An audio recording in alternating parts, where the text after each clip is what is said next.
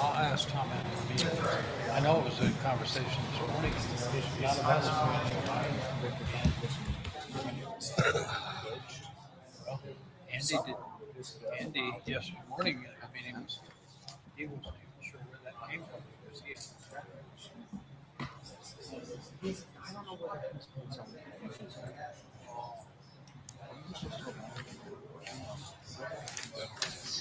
Mayor said they had a good meeting at the airport today.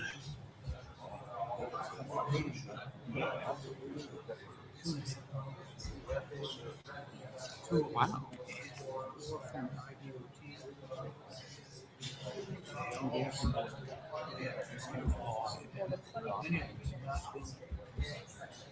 Really?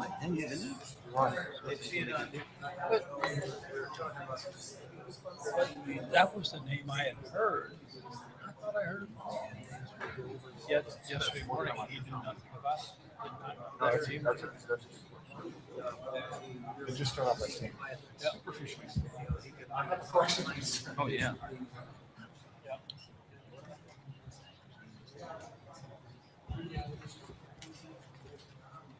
So, you have Read this. the thing from Annie. Oh, yeah. No, she just. Hey, she just came around. But I've already. She gave me a copy. I don't know. I asked Johnny, I said, we're gonna do it. And Johnny said, no, because I recommend you don't. Yeah. Uh-huh. I'm going to answer. I don't. I know she's here. She's not here Here's an yet. extra copy. What's it need to answer? I just went online this afternoon and read it.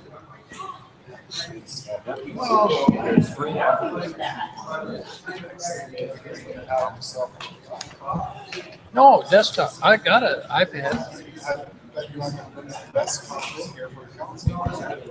No, but the good news is. Well, I noticed Hey, that this this is- is bigger. Is this the right one or the long one? This is the right 6082. Yeah. This is the correct If I wasn't down in the last few days, I'd with probably. paying our TIF back. Here's what we're allowed to get. This is the county's. No, I mean, That's here. a total of the What I- TIF. We give this back to them. Okay, that's the TIF we pay. That still leaves us 23,000 every single year. Simple. Yeah. 529 according to Gotcha. Verizon. This is how much. You don't want to put this on you. I This is just how much. turned. Okay. You know, this moves, you don't lose anything. Good evening. It is 5:30, so we're going to call this meeting to order. I'd remind you to turn your cell phones to silent or vibrate, and then let's all please stand and do the Pledge of Allegiance. I pledge allegiance to the flag of the United States of America and to the republic for which it stands, one nation, under God, indivisible, with liberty and justice for all. Thank you. Amanda, would you take the roll, please? Councilmember Rowe. Here. Councilmember Stevens. Here. Councilmember Strebe. Here. Councilmember Dalby. Here. Councilmember Myers. Here. Mayor Lazio. Here. Need an approval, a motion for approval of the agenda tonight? Move the approval of tonight's agenda. Second. Thank you. Take a roll. Councilmember Rowe. Yes. Councilmember Stevens. Yes. Councilmember Strebe. Yes. Councilmember Dalby. Yes. Councilmember Myers. Yes. We always give citizens a chance to comment on anything that's on the agenda. If you haven't, there's a basket. You can fill out a little slip and give us your name and address. If you want to address anything on the agenda, we'll also give you a chance to do that at the end of the meeting. Okay, let's move into the items. Resolution number 169, 2017, approving additional funds in the amount of $26,484.19 for the Ottumwa Downtown Facade Improvement Phase 2 CDBG Contract 16 DTR 002. Recommendation, pass and adopt resolution number 169, 2017. Move the recommendation as presented. Second. Good evening, Jody. You have the floor. Thank you, Mayor and Council.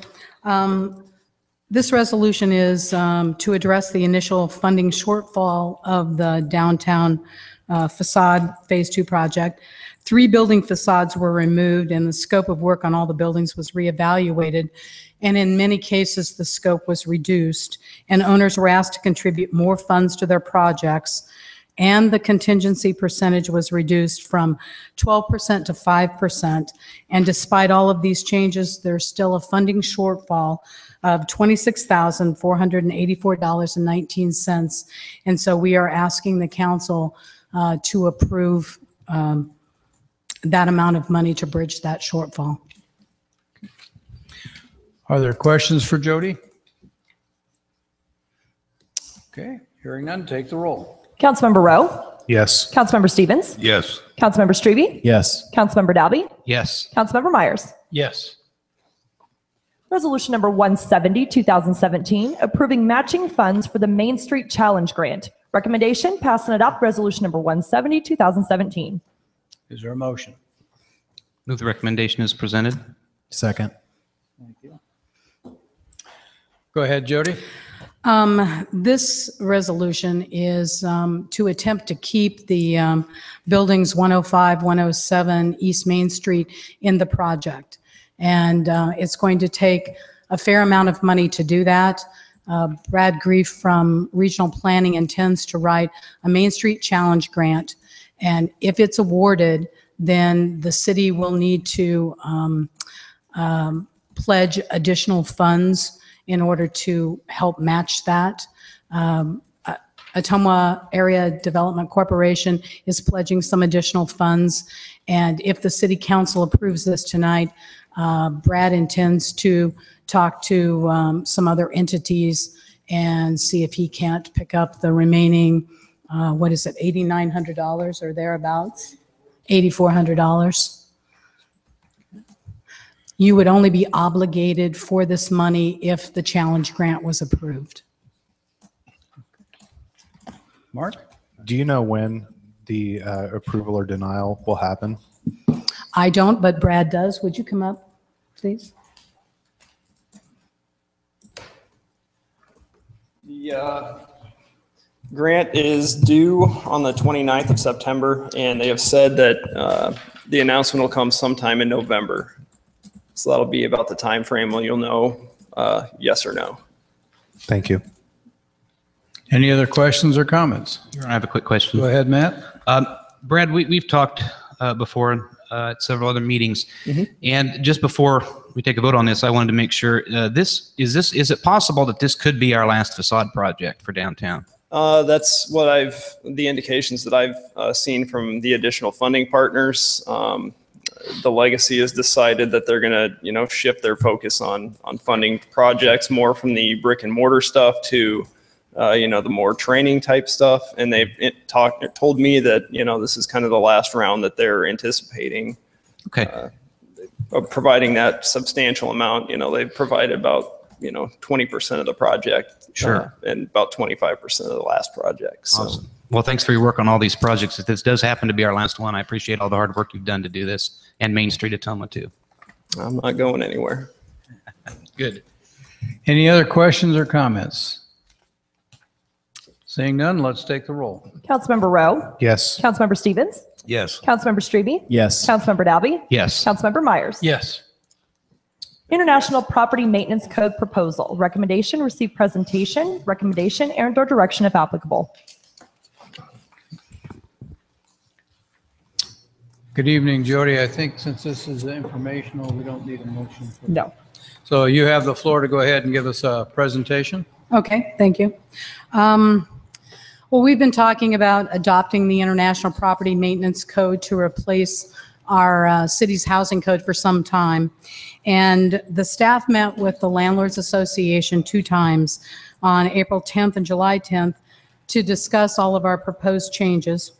And what we discussed with them was to adopt the 2015 International Property Maintenance Code. It would replace a large portion of our existing housing code with some exceptions. We would retain our administrative provisions. Those are in Chapter 20-3 and 20-4. We would modify the International Property Maintenance Code sections and the fees, but we would mostly try to retain 20-4 for the fees section. We would remove all of 20-5, 6, and 7. That's the owner-occupied sections that are addressed. and the rental housing and the exterior property. And then we would also try to retain some provisions that relate to tenants' responsibilities. It would be amended and we would fit it into the International Property Code, but we think that we still need some of those provisions. And then we would remove 20-9 entirely because it's not relevant anymore. It was the housing quality standards, and those don't exist per se in the federal code. Staff also is proposing to increase the rental fees $5 per unit per year from our current $25 to $30. And we'd like to have that effective January 1st, 2018. And then we propose a second increase in 2 years to $35. Fees haven't been increased for some time, and we've been doing an evaluation, kind of a comparison with other communities to see where we stand and what kind of fee, what kind of fees they have in place now. And we'll be able to provide that to you before we bring you a fee increase recommendation. We also would like to increase what we call no-show fees. Right now, they're $20. We want to encourage people to show up for their appointments, and we have many cases where that's not happening. And so we'd like to increase those from $20 to $50, and always give somebody, one chance. They, if they don't meet you at an appointment, they'd get one chance. But after that, in that year, we would charge them the no-show fee. And then I think that we should also consider a fee when we go back to re-inspect a property to make sure that they've come into compliance with whatever we're asking. Oftentimes, the inspectors are going back multiple times, and I think we should be able to expect landlords to repair situations, and if they're given 30 days or 90 days or whatever time frame they're given, our inspector should not have to go back 3 and 4 and 5 times to make sure that they've come into compliance. And so I would like to see us implement a fee that says, after the first or second time that we go back on that property for an initial housing code inspection, that we begin to charge them. And presently, we don't really have that in our code. I put in a lot of different changes, comparisons between the International Property Maintenance Code and the current housing code. Some of those changes are the International Property Maintenance Code might be more restrictive. In some cases, our own housing code might be a bit more restrictive. We got some comments from the Landlords Association, those that attended our meeting, and of course, they're concerned because they feel like they don't want additional regulations, and nobody ever thinks an increase in fees is warranted. But I think that Doug Mays, our building inspector, he did a very good job answering landlords' questions and trying to set their minds at ease that these aren't overwhelming changes, but they're designed to raise the minimum standards a bit, especially on exterior aesthetics of properties, which is one of the things that I know you get a lot of complaints about, and so do we. If you decide that you want us to proceed with this change, then I would propose that we would have an ordinance ready for you by September 5th for its first reading. And I'd be happy to answer any questions that you might have. Okay, Victor? Just a comment, Jody. Thanks for putting all this in. Gene, can you turn that air conditioner down so that we can hear a little bit better? It's awfully noisy up here. I don't know about. Thanks for taking the time to put this information together. It's really useful to see the side-by-side comparison, particularly. I think the information about fees haven't been raised since 2002, 15 years. So I think that, that's validated by the fee increase. And, I know other councilmen have talked about this before, and I think raising the standard and the quality of life for our citizens is really important in this city, and I'm in favor of this, and thank you for putting all this information together. You're welcome. Yeah, well, and Jody, I agree with Victor, and then I also like you're speaking to what you've referred to as the no-show. Right. And you made some comments that at times was commonplace, that you had to reschedule or whatever else, so We still have to do that. I could Yes. see where they might not like it, but to change from 20 to 50, maybe they would attend those appointments a little better, so thank you. You're welcome. And I also want to echo Councilman Streby's words. I think that this is something that we absolutely need in this community. We need to hold our landlords accountable to make sure they're putting out properties on the market that are actually that are habitable. So I agree that we need to do this 100%. One thing that I do have a question about, though, is on the fee structure. It's been a long time since it's been raised. Is this enough to cover the cost, the city's cost to pay somebody to go out and do the inspection? Because I've personally seen how long it takes them to inspect a house. It's hard for me to believe that $20 or $25 is enough to cover the cost of having them go out there. It probably, well, it isn't if you just look at their per hour benefit rate, but remember that we're charging a fee every year, and they're only to be inspecting them once every 3 years. So in fact, it would be, in a perfect world, it would be $75 that we're actually collecting to do one inspection.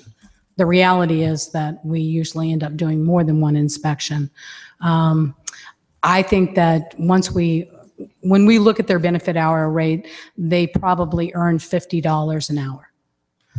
So I think we need to get close to that, certainly, and then take into consideration the administrative costs, because it isn't just the inspector, but it's also the clerk who's making the inspection appointments, who's handling, scanning in all of the information, and then sending out notices and letters for reinspection if that's necessary.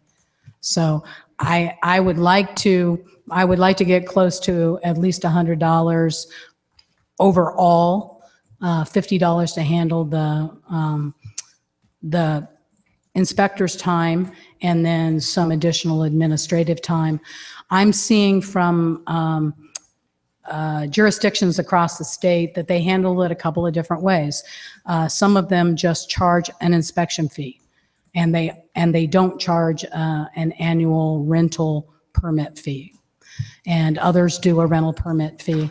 And I think that we probably want an annual fee. It helps support the entire cost of our program throughout the 3 years. But that's what we're trying to do, is get, overall, we're trying to get close to covering the cost of an inspector's hour of an inspector's time, and some additional administrative time. Yeah, I guess, I would just like to know that we're covering those costs, but Okay. I agree that we do need to increase the cost. Okay, we'll put the pencil to it and make sure that that's what we're doing. I also didn't want to have really large increases, because, even $5, that's a healthy percentage of the initial fee. And, I don't know that we want to increase these fees, even if they haven't been increased for a number of years. I don't know that we want to increase them, by 50% or 100% all at one time. Sure. So is this something that going forward that we would want to look at from time to time? That way we don't have another situation where we're going 15 years without doing an increase again? I'm sure that we would like to do that. Sometimes we attempt to increase fees along the way, and we that doesn't get approved by the council. Sure. So I don't know if we could put like a CPI sort of thing in place. I don't know I don't know how difficult that would be to do. And have almost an annual increase, even if it's a small one. We can look at that too. Yeah, I think be worth looking at anyway. Okay, Thank you. you're welcome.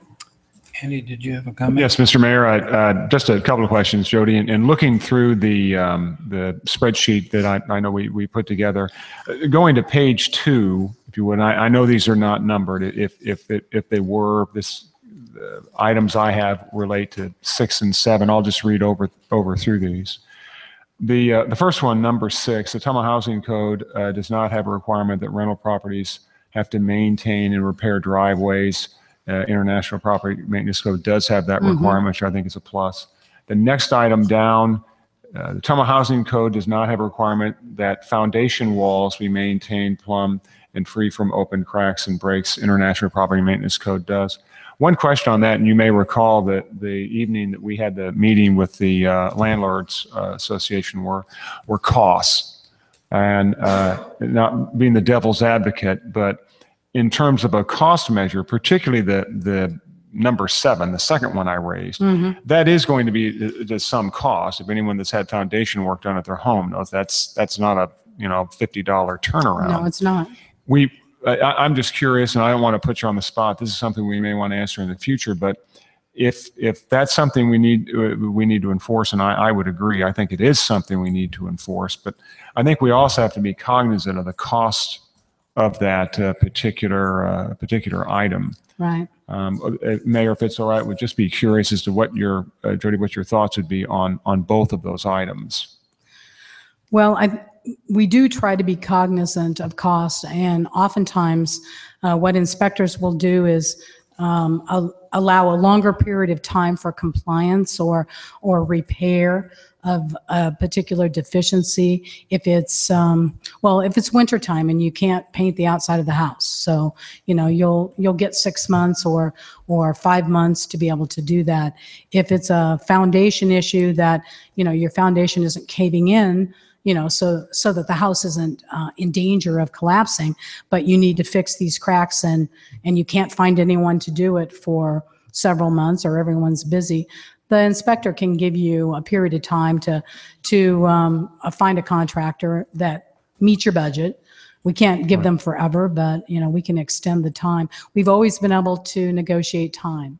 That's and give someone the opportunity to look for solutions to their problem. And I think to your credit, it also speaks to the fact it says free from open cracks and breaks. And again, that can be addressed with sealant because the larger issue of, as we know, foundation work can be rather expensive. Right. I think that's a point well taken. The last item I had, that you may recall the meeting we had with the Landlords Association. I recall Doug responding to someone asking a question about there are probably certain items that will be grandfathered, as he used the term. Right. Those items. If you would speak a little bit to maybe I want to put you on the spot, some of those grandfathered items, and whether or not when we bring this in front of council, should we maybe give them a sample, a smattering of some of those items that may be grandfathered? Well, when we bring this back to you, we will have some examples of items that the staff thinks should be grandfathered. But I'll be honest, I don't have any right off the top of my head tonight. I know that every time when we implemented the housing code, there were some grandfathering issues. For instance, we had houses, duplexes, upstairs and downstairs, and they were served by one furnace, and they had one return air. So basically, the air was being circulated from apartment upstairs and downstairs. And we allowed that to continue until such time as they installed a new furnace. And then they had to meet the new HVAC code, which required separate return air. And any rental coming into the system now has to meet that new code as well. That point well taken. And one other thing I want to make sure and clear of, I wasn't trying to play gotcha. That thought just came to me as I was sitting up here. I think I can speak for staff, Mr. Mayor and Council, when I say this. This is certainly something that staff recommends bringing forth, and all items being equal, would at least like to, at a maximum, introduce and hopefully take legislative action at that next council meeting on the 1st of August. That's all I have. Thank you, Mayor. September 5th. September 5th, yeah. And I think, Jody, it goes without saying, and I know the council's aware of this, but it bears repeating that council responsibilities for the health and well-being of all citizens. And so whether you're renting or owning, we want to be sure that people are safe. And I think your staff has done a great job. So Thank you. thank you. And I probably should just make the comment that this code will apply to both owner-occupied properties and rental properties, just as our current code does now. We address the inspection of those differently. We have a regular inspection once every 3 years for rental properties, but we only inspect upon complaint on owner-occupied properties. Any other questions or comments for Jody? Your Honor, I got one more. I got a Matt, go question ahead. here. Just a couple things. One's directly related to this. As it appears, if we choose to pass this in September, how's that going to appear in our city code? A lot of times, the codes that we adopt, like the National Electric Code, Building Code, HVAC, you see a place in our code where it says C, 2017 version of the National Electric Right. Code. How is this going to be? Because our code right now lays it pretty much all out in chapters 20. Will this be laid out exactly the same way? No, it will not. We're proposing that we adopt it by reference, just as we do our building code or electrical code. And there will just be a section in there saying we adopt the 2015 International Property Maintenance Code by reference.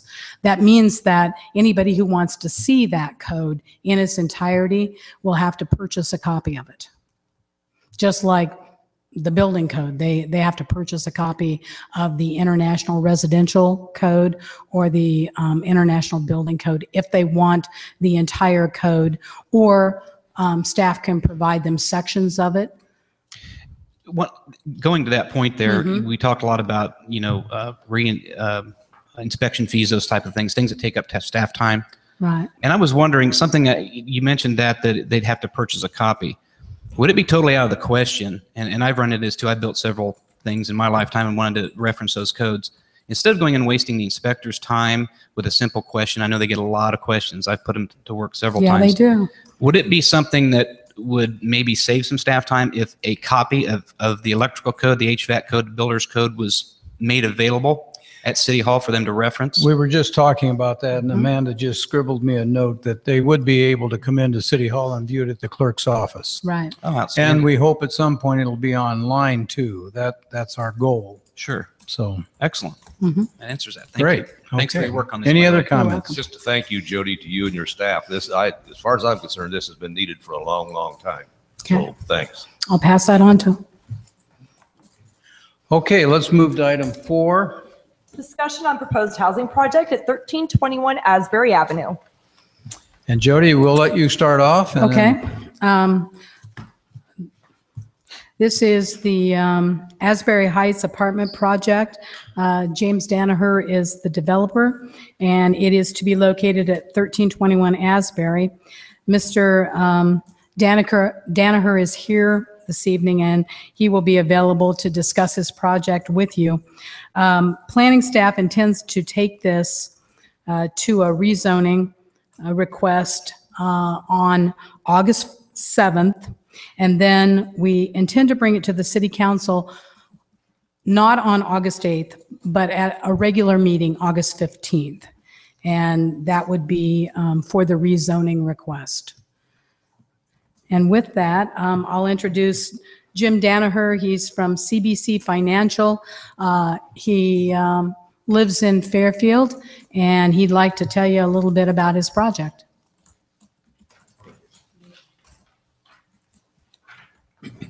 Good evening, Jim. Go ahead. Talk into that microphone so that Sure.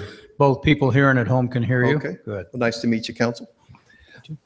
Now, we've been looking for property for 3 years in Ottumwa to build apartments. We've met with the mayor several times, and he's introduced us to Legacy. And we tried to purchase the Wildwood property when it was for sale. We also tried to purchase the Pickwick property when it was for sale. It's not easy to find a good site in Ottumwa that we would build an apartment complex on. There are bad sites, but we selected this site because it's a good location, and we think the demand will be there for a long period of time. Now, we're both an owner and an operator when we build a property. We make a 30-year commitment to the property. So I've been here to the planning and zoning as well as city council's concerns, so I'm aware of a lot of the doubts that have been brought up. I think I have the same doubts that the city council might have, whether it's going to be a good building. Yes, it would be a good building because we're spending a significant amount of money on the building. Whether the tenants would be good tenants. We own the property, so we're as concerned about the tenants we're more concerned about the tenants than anyone, because if they are damaging our property, that's on us. If they don't pay the rents, that's on us. So there's a thorough screening process before we rent to a tenant. And we have regulations where they can't have a lot of extra cars, et cetera, on the site. So your concerns that have been brought up about the quality of tenants are the same as our concerns. We're the long-term owner and operator of the building. Following the maintenance questions that were brought up to her, we spend around over $200,000 per apartment to build these apartments. It's a significant amount of money, and that is to make sure it's a good quality product so that long-term we're not having a lot of operational problems. The roof is guaranteed, the siding's guaranteed, the HVAC or meet high standards like that. So we're concerned not just with the initial construction, we're concerned with the long-term operation. So that's a quick overview. So I'd like to answer your questions if you have some. Okay, this is a good opportunity for ask anything and everything that you have been wondering about or had concerns previously. So anybody have Mark, go ahead. Thank you for coming and speaking with us, first of all. One of the questions that a couple of us had during the last round that this came through was the definitions of low to moderate income and who was actually going to be occupying the property. And Jody had given us definitions of exactly what each of those terms meant. Could you tell us exactly who it is that you will be marketing these apartments towards? Sure. Well, first off, we agreed to a long-term, we have a long-term agreement with the sources of money we get that will abide by all the rules that they set. Sure. Those rules are set that tell us what level of income tenant that we need to market to. And we agree to those levels. And it's a formula. So some are set at 30% of income, some are set at 40, and some are set at 60. And then some are market rate. So we agree to percentages of that.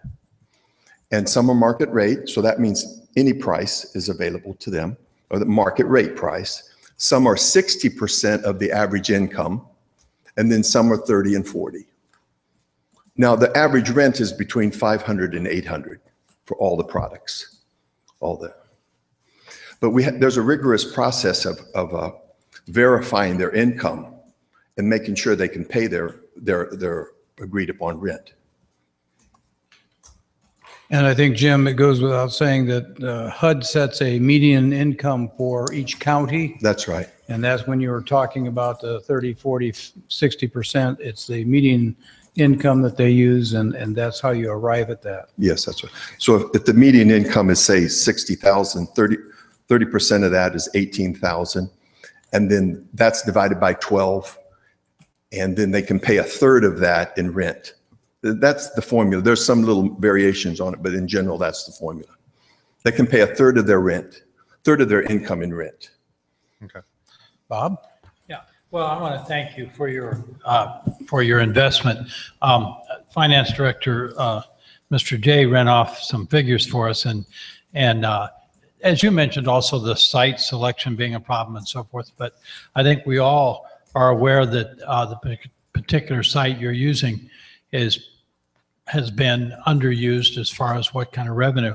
So the figures I see that presently the city's share of that revenue amounts to $298, $296 a year, where with your development completed and working the way you want it to, that's $71,000 a year. So times 10, we're talking over 700,000 as opposed to 2,000. So that's been one of my concerns as a council member for a long time, that how do we increase the tax base in this town?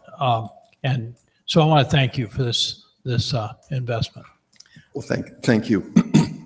We've looked in Ottumwa for a long time. I consider myself a neighbor.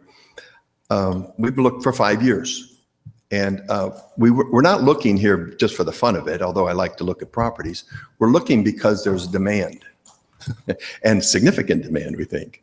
So we found a site that we think, we purchased it. We found a site that we think is a very good location. When it used to be graded what your site was, and that met a high grade. Right now, they're not grading them when we get our financing, but that met a very high grade because it's close to Hy-Vee. It's close to a medical across the street. It's walking distance from things. So there's many grades that they look at things, and that meets the test. Good. Matt? I had a quick question. Mr. Danaher, thank you for coming and addressing us tonight and taking the time and coming back, actually, and readdressing us, too.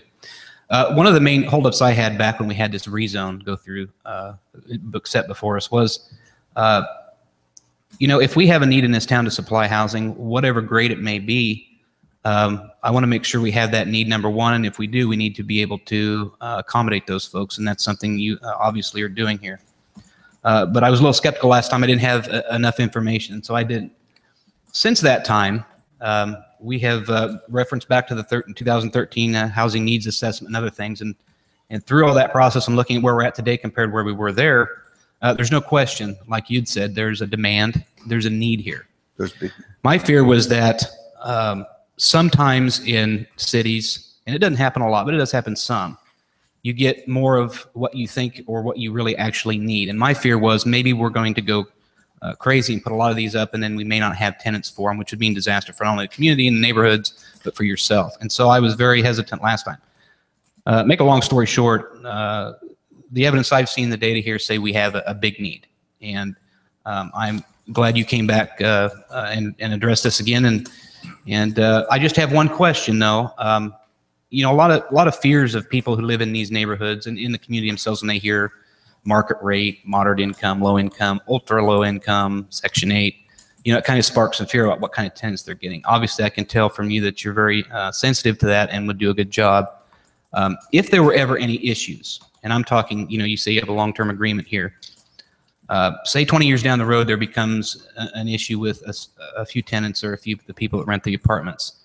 You're more than open, I'm assuming, to if it's a call was received, but by you from the city saying, "Hey, we got an issue," you would be all over that.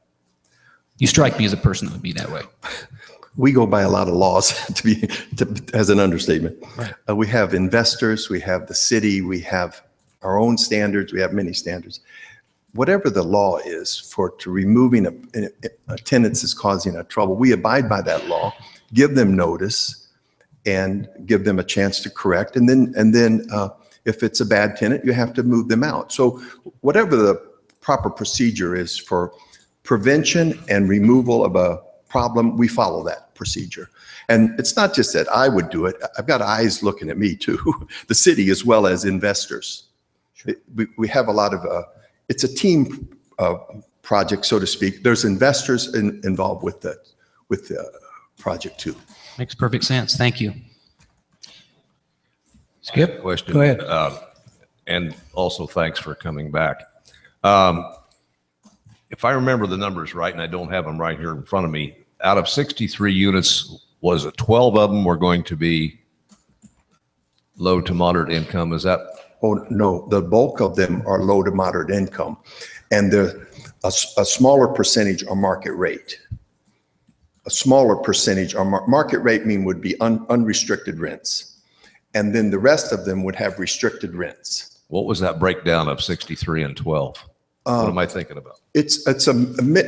We'd have a minimum of 10% market rate, minimum. So that's a minimum I have to meet. The balance would be 60, bulk of them are 60%, 60% of the average income, and a smaller percentage are 40 and 30. So in order to get the financing, we compete for financing.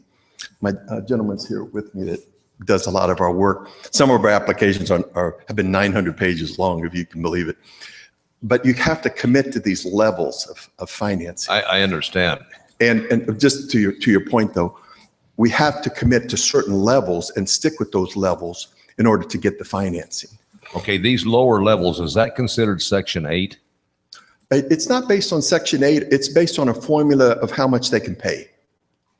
If their income is $1,800 a month, then they can pay $600 a month in rent, and that would meet one of the criteria, one of the apartments that we have available. Okay. Now, I guess some of the talk out on the street is, yeah, it's going to end up, if he can't rent at these higher rates, then you're going to end up filling them up with the lowest rate and have nothing but a mess. That was, some people out on the street feel this way. Yes. We'd be concerned also because we're committing to debt on these projects, and we have to pay our monthly debt, and that's based on our income. So we're not going to commit to debt if we don't think we can get enough revenue to support the debt. And no one else is going to let us commit to the debt either. We have about 4 or 5 underwriters that approve all the financing team. So we commit, we're pretty sure that we can get the rents that we assume, and we're not going to get in a distressed situation. Thank you. Yeah. Mark? One more question for you, and this might very well be a silly question, so I apologize in advance. I'm assuming, do you have models like this that you're operating currently? Well, these jobs are about a 3-year job. We've recently finished Fort Dodge, which has 48 units in it. Over the past, I've been working in this field for 20 years. I've been involved with 7 projects, and the bulk of them have been in Arizona. I did 100-unit veterans housing. We're doing family housing with special needs, several projects there. And we're doing a project in Fairfield. So the closest project would be Fort Dodge. Okay. And I invited the mayor, and I think his wife works for Cargill, to come up and see that project. And I'm not sure if they did, but that's a good example. It was a $10 million project for 48 units. We renovated an old building, a Sears warehouse, and it's a very good project. And what was the mix in the Fort Dodge property as far as market rate and LMI? Let's think about that. I think it's 12.5% market rate. And so 87.5% LMI. Okay. And did you have any trouble filling those once it came available? No. But things go up and down. Sure. Nothing's absolute all the time. We had, a couple months ago, we had 2 deaths in 1 month. And 1 person moved out to a nursing home. So that's something you're really not used to, is 3 people moving out in 1 month, but that's part of the business too. Right. Okay, thank you. Yeah. Other questions, other comments?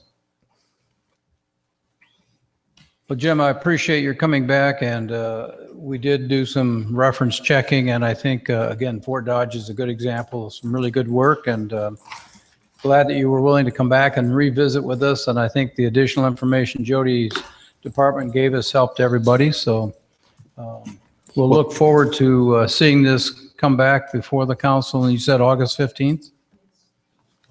Okay, well, thank you too. Appreciate it. Thank you, Jim. Good. At this time, I would like to give the audience a chance. If there's anyone in the audience that wants to address the council on any issue, not necessarily on the agenda tonight. Okay, seeing none, I'm going to make a couple of comments. First of all, I'd like to thank the council. We were able to have a community meeting last week at the Bible Baptist Church, and we had I say a dozen people in attendance, had some good comments, some interesting comments, and we always learned something, so it was well worth the time. I do want the council to know that with one exception, you've all given me some names for fireworks committee, and if you read the Des Moines Register today, you'll see that they're also looking at what's the big to-do about fireworks for the coming year, and do we want to make some recommendations later on. So that committee is going to be brought to your attention, and then they can go off and come back with some recommendations, and the council will have the final say about that. This past weekend, Saturday, we had the food truck frenzy on the Market Street Bridge, and I'm happy to report I was there for several hours. It was well attended. We had 9 food trucks, and it was a great evening on our bridge, and people just loved being out on the bridge and over the water, and good food, good fellowship, and people said we need to do that more often. So good start, and thanks to Joe Millage from KIIC and Mike Elrod from KYOU, who worked together with Community First, and they should get a hand because they sponsored a skateboard competition that afternoon. The other thing I want to mention is that remind people both here in the audience as well as at home that the fly-in is coming up August 26th and 27th. And we're looking for volunteers to help out, and there'll be a lot of media attention. They just completed some of the news releases this week, and so starting next week, you'll see a lot more publicity about that. And last but not least, I think the meeting we had this morning, and I see Joni Keith out in the audience, we had a meeting with the FAA and the IDOT, Iowa Department of Transportation, at our airport, and I'm telling the public this was a great meeting. It was several of the people had not been physically at our airport before. They said it was a wonderful facility. Our pilot, civil engineer Eric Johnson, did a great job of leading us through the contract requirements that we will be bringing to the council as we move into that project.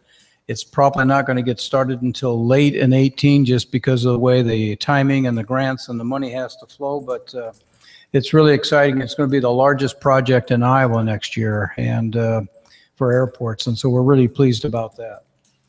So with that, is there any other comments, any other questions, any other business for the council? Hearing none, I'd entertain a motion to adjourn. So moved. Second? Councilmember Rowe? Yes. Councilmember Stevens? Yes. Councilmember Strebe? Yes. Councilmember Dalby? Yes. Councilmember Myers? Yes. Thank you and good evening.